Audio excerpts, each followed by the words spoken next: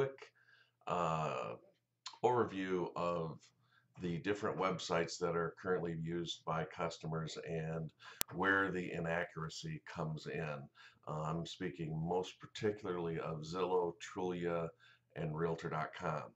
Let me show you something here. I did a quick search on a property on Longwood Drive here in Traverse City, and it shows one parcel for sale, or one house I should say.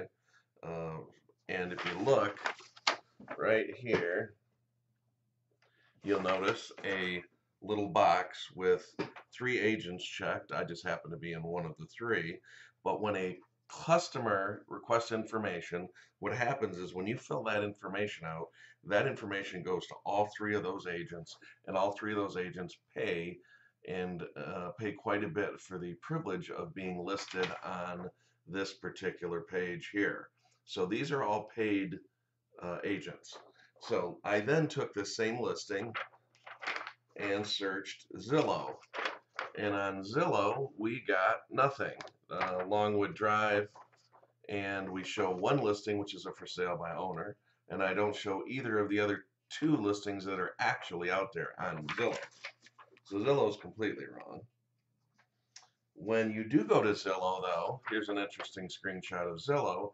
Again, it's got 3 agents listed, but the difference is you'll notice only one of them is checked. And actually, excuse me, none of them are checked in this case. So you basically get to look at the site and choose who you think is the best agent to use. You may notice a little tiny gray print, listing agent, premier agent, premier agent. So you may go based on their rating, you may go based on the number of recent sales, but the bottom line is the only person here at the top is the listing agent, and since she doesn't pay to be a premier agent, her photo doesn't even show up. So these guys, including myself, all pay quite a bit a month to be on here to have a shot at maybe selling this house. So now let's look at one other source, and that is Realtor.com. Now, Realtor.com has the correct information. It shows 2 listings as being active on Longwood. If you click on the information and bring up the listing, it'll show the listing agent, which in theory is the correct thing it should do. But what's interesting is if you go look at our MLS system, which is a system called Paragon that we use, and this is a little quick screenshot of that, and you'll notice 2 homes for sale. Now, if you notice under, let's see, one says active and one says active under contract. When we search, we actually have the ability to distinguish between what's called active listings and under contract listings. Now, we find it, I say we, real estate agents find it quite frustrating ourselves, but in our particular MLS system, we have 2 categories of pending listings that still show up as active in every other feed that goes out to all these other syndicated websites, including Trulia and Zillow. So Zillow and Trulia's information is gathered through third-hand information, whereas Realtor.com and or the individual brokerage websites, be it Remax, Coldwell Banker, Century 21, those sites are going to have a direct feed from our local MLS and going to have mostly accurate information. It will not, however, show you the distinction between what those listings that are referred to as active under contract. Now, it might seem strange as to why we have that category. And to be perfectly honest, it's to appease the lenders who had all the foreclosures. They refused to let a listing agent post their listing as being pending until it closed. So meaning it had to stay active the whole time and then close. The problem with that is the local MLS policy or multi-list system policy stated that a property had to be posted as pending if there was a contract written.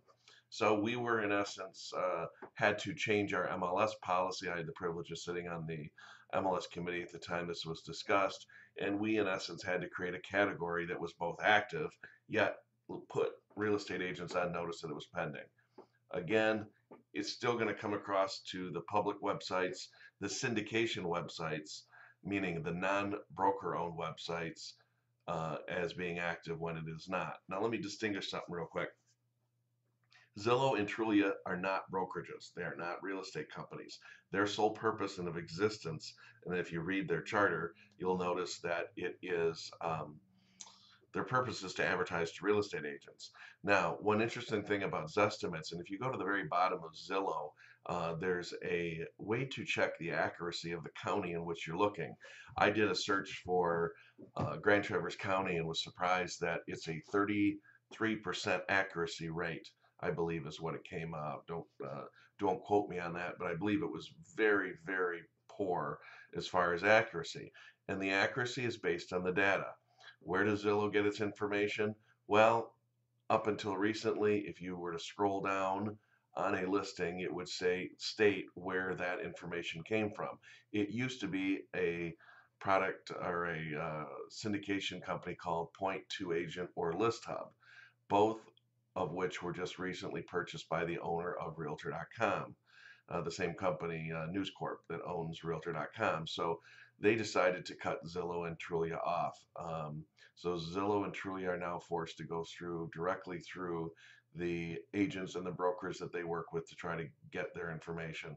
One side claims they cut the other off, the other claims they chose to be cut off. I don't know. The point being is, don't trust anything on Trulia or Zillow.